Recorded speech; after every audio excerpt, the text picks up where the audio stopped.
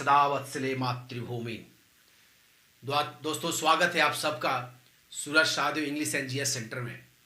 दोस्तों, आज हम बात करने जा रहे हैं एक ऐसे जिलाधिकारी की जिनकी तारीफ उनके कार्यशैली को लेकर के, उनकी जिम्मेदारी को लेकर के न सिर्फ उत्तर प्रदेश बल्कि आज पूरे भारत में मुक्त कंठ से देश की जनता उनकी तारीफ कर रहे हैं। तारीफ ऐसी कि देश के रक्षा मंत्री आदरणीय श्रद्धेय श्री राजनाथ सिंह जी भी फोन करके उनकी तारीफ करने से अपने आप को ना रोक सके और फोन करके उनकी पीठ भी थपथपाई। जी हाँ, हम बात कर रहे हैं एक ऐसे जिलाधिकारी की जो अभी वर्तमान में पीलीभीत के डीएम एंड कलेक्टर हैं। नाम है उनका पुलकित खरे। जी हाँ, पुलकित खरे क्या किए या राजनाथ सिंह जी ने क्यों तारीफ की, ये वीडियो दिखाने से पहले मैं उनके बारे में बता दूं कि पुलकित खरे लखनऊ जिला के रहने वाले हैं। उनकी माता पीसीएस हैं, यूपी सरकार में पीसीएस हैं और पिता पेशे से इंजीनियर रहे हैं। पुलकित खरे स्वयं इलेक्ट्रिकल इंजीनियर रहे हैं, एमए करते हैं पब्लिक पॉलिसी में। उसके बाद 2010 में वो आईपीएस बनते हैं और फिर 2011 में वो आईएएस बनते हैं। उनको बचपन से ही उनकी माँ ने उनको ये बताया था कि बेटे, अगर तुम आईएएस बनोगे तो गरीबों की मदद कर सकते हो। सरकार जो योजनाएं बनाती हैं, सरकार जो गरीबों के लिए जो फंड भेजती हैं, उस फंड को और उन योजनाओं को धरातल पर उतारने के लिए एक आईएएस से ज़्यादा कोई बढ़िया पद नहीं हो सकता है। इस बात को उन्होंने गांठ बांध ली और वो आईएएस बनने के लिए तैयारी किए। जब वो आईएएस बने तो वो जैसे ही उनकी माँ जो उनको बचपन से सिखाती आई थी, बताती आई थी, उस चीज़ को गांठ बांधे हुए थे। पहला पद धारण करते ही वो इस पर काम करना शुरू कर देते हैं। उनकी ट्रेनिंग होती है मसूरी में। उसके बाद ट्रेनिंग के बाद वो डिस्ट्रिक्ट ट्रेनिंग लेते हैं, आजमगढ़ में लेते हैं। फिर वो अलीगढ़ के जॉइंट मजिस्ट्रेट बनते हैं। उसके बाद अलीगढ़ में ही वो चीफ डेवलपमेंट ऑफिसर का पद ग्रहण करते हैं। बुलंदशहर में वो सीडीओ बनते हैं। फिर उसके बाद वाराणसी में जब वो आते हैं तो वाराणसी डेवलपमेंट ऑफिसर बनते हैं और वहाँ से वो अपनी जिम्मेदारी को बखूबी निभाते हुए लोगों की तक पहुँच या सरकारी योजनाओं को पहुँचाने के लिए, लोगों की भलाई के लिए वो कार्य शुरू कर देते हैं। वहाँ रहकर उन्होंने सबसे पहली बार वाराणसी को सौंदर्य बनाने में, साफ सुथरा रखने में, वहाँ उन्होंने एक आम आदमी के रूप में घूम घूम कर पूरे वाराणसी का उन्होंने फ़ोटो खींचा था। 2500 फोटो उन्होंने खींचा था, जिसको वहाँ के साधुओं ने कही कि उनको भगा भी दिया था। जबकि वो वहाँ के डेवलपमेंट ऑफिसर थे, वो भेष बदल कर जाते थे, फ़ोटो खींचते थे। उसके बाद भी वो नहीं माने और वहाँ के 2500 फोटो खींचे। और वो फोटो का उनका जो एग्जीबिशन है वो बीएचयू में वहाँ पर लगता है। वहाँ के उन्होंने बहुत सारे कार्य किए। उसके बाद उनकी पोस्टिंग हो जाती है हरदोई में। हरदोई में उनकी पोस्टिंग हो जाती है डीएम के रूप में। वहाँ जाकर वो अपना काम करने लगते हैं और अपना छाप छोड़ने लगते हैं। वहाँ जाने के बाद पूरे समाज में उन्होंने पॉलीथीन फ्री समाज का एक योजना चलाया, एक रैली निकाली। उस जिले के सारे जनता ने उनका बढ़ चढ़ कर उसमें हिस्सा लिया, उनका साथ दिया और देखते ही देखते हरदोई जो जिला था वो पॉलीथीन फ्री होने लगा। हरदोई के ही जिले में उन्होंने वहाँ के गरीबी बच्चों को, गरीब जो बच्चे हैं उनके 1200 बच्चों को स्कूलों से उन्होंने जोड़ा। उन्होंने एक और काम किया वहाँ पर कि अपना किताब मत बेचो, गरीब को दान करो। उन्होंने एक योजना चलाई और जो बच्चे स्कूल पास कर जाते थे या एक क्लास पास, कोई भी क्लास पास कर जाते थे, उन पुरानी पुस्तकों को वो दान में लेने लगे और उन पुस्तकों को गरीबों तक पहुँचाने लगे। इससे वहाँ शिक्षा का एक जो जागृति बढ़ा वो कहने ही लायक नहीं है दोस्तों।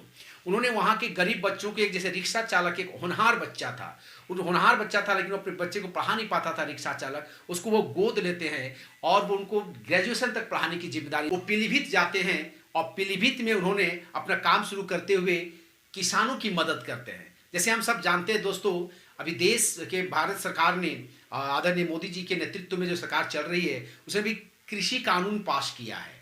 उसमें उन्होंने क्या किया, बहुत सारे पॉइंट्स को लेकर के आए हैं। उसमें एक पॉइंट था क्या है कि मंडी में जो कालाबाजारी होता है, आढ़तियों को जो वहाँ पर वो साठगांठ करके किसानों को लोग धोखा देते थे, उसी योजना का वहाँ पर ये था। सरकारी बाबू क्या कहते थे, किसानों से सामान नहीं खरीदते, उनके प्रोडक्ट को नहीं खरीदते थे और वो आढ़ती से खरीदते थे और किसानों को मजबूर करते थे कि वो अपना सामान जाकर आढ़ती से बेचे और आढ़ती से खरीद कर फिर वो सरकार को बेचते थे और वो बीच में मुनाफा कमाते थे। इसी को उन्होंने क्या किया, अभी जा करके देखें, वहाँ के किसान जो आढ़त में 1000 से 1200 रुपया क्विंटल गेहूँ बेचते, धान बेचते थे, गेहूँ बेचते थे और सरकारी योजना था वहाँ 1868 रुपया। लेकिन सरकार के कर्मचारियों ने उनको या तो मॉइस्चर बता करके या उनके रजिस्ट्रेशन नहीं है, तमाम तरह की कानूनी बाधाओं बता करके उनकी धान को, उनको फसलों को नहीं खरीदते थे और किसानों को 700 से 800 रुपया का घाटा लगता था। उन्होंने स्वयं वहाँ जा करके उसको देखा और उन्होंने उसका समाधान किया। आइए देखते हैं इस वीडियो को और देखिए उन्होंने क्या किया। भाई सुनो, ये अगर तुम आफ्ताब को बेचोगे तो 1000-1200 मिलेगा कुंटल का। अगर सरकारी पे बेचोगे बिल्कुल बढ़िया नमी है, 1868 मिलेगा, मेरी गारंटी। अब कहाँ बेचोगे?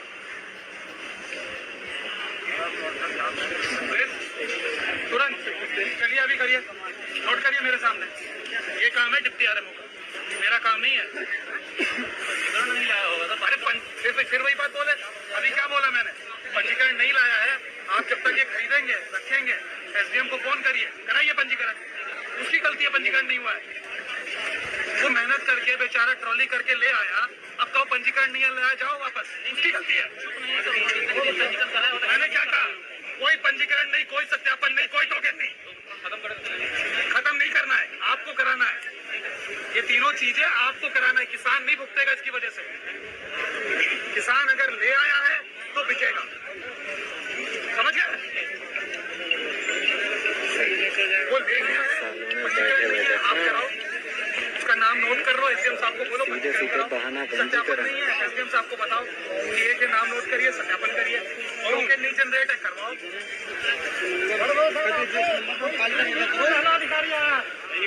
बोले दीजिए, अभी बोले दीजिए पहले।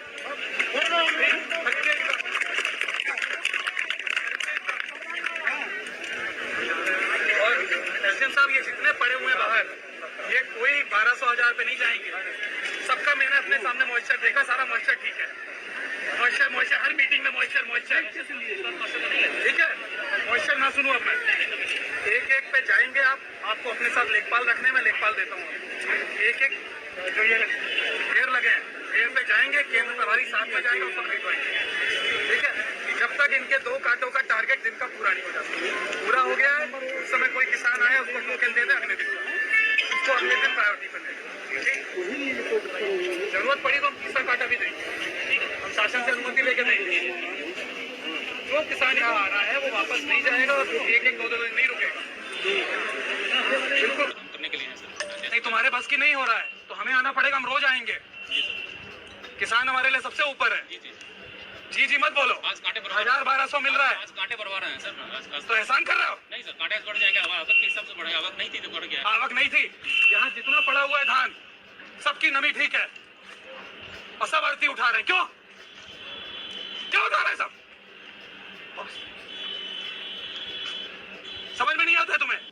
3500 हो गया, करे कितना हो? बहुत बढ़िया। इतने किसान यहाँ पे खड़े हुए हैं जिनका धान बिल्कुल सही लेने या लायक है, तुम नहीं लेते हो, उस वजह से सरकार की बदनामी होती है। सुनो, चुप। वो किसान 1100-1200 में बेच रहा है, जिसको 1868 मिल सकता है 1 कुंटल का। मेहनत करके लाता है वो, ट्रॉली मुफ्त की नहीं चलती है सर। यही धान का चावल बनेगा। किसान की परेशानी जो यहाँ बैठ के तुम अड़ंगा लगाने के लिए बैठे हो। तो दोस्तों, ये हैं हरदोई के DM and collector Pulkit Khare जी। हम सब जानते हैं दोस्तों कि भारत के कानून में जिलाधिकारी का जो होता है, एक जिले का वो पूर्ण तरह से विकास का एक मालिक होता है। यानी कि जितने भी सरकारी विभाग है वहाँ सभी विभागों के कार्यों को धरातल पर उतारने के लिए अगर कोई व्यक्ति जिम्मेदार होता है तो वो होता है जिलाधिकारी या डीएम या उपायुक्त होता है। अगर वह व्यक्ति ईमानदार हो जाए अपने कर्तव्यों के प्रति, अगर वह व्यक्ति चाह ले कि सरकार की योजनाओं को मैं गरीबों तक पहुंचाऊंगा, तो कोई भी गरीब भूखे नहीं मरेगा, कहीं भी किसी व्यक्ति को कोई समस्या का सामना नहीं करना पड़ेगा, बशर्ते कि डीएम, कलेक्टर या डीसी ये ईमानदार हो जाए। आइए दोस्तों, ऐसे एक डीएम की, एक सरकारी ऑफिसर को हम सब सैल्यूट करते हैं और शाबाशी देते हैं उनको, और उम्मीद करते हैं उनको देख करके बाकी दूसरे जो डीएम है, कलेक्टर या उपायुक्त हैं, एक सबक सीखेंगे और अपने कार्य पद्धति में बदलाव लाएंगे। यही था दोस्तों पुलकित खरे के बारे में। मुझे लगा कि बहुत अच्छा कार्य किया उन्होंने, देश की जनता को जाननी चाहिए इसके बारे में, तो मैंने सोचा एक वीडियो बनाऊं और ये वीडियो आप तक मैं शेयर कर रहा हूं। अगर पसंद आए तो इसको शेयर करें, लाइक करें, सब्सक्राइब करें। तब तक के लिए नमस्कार, जय हिंद।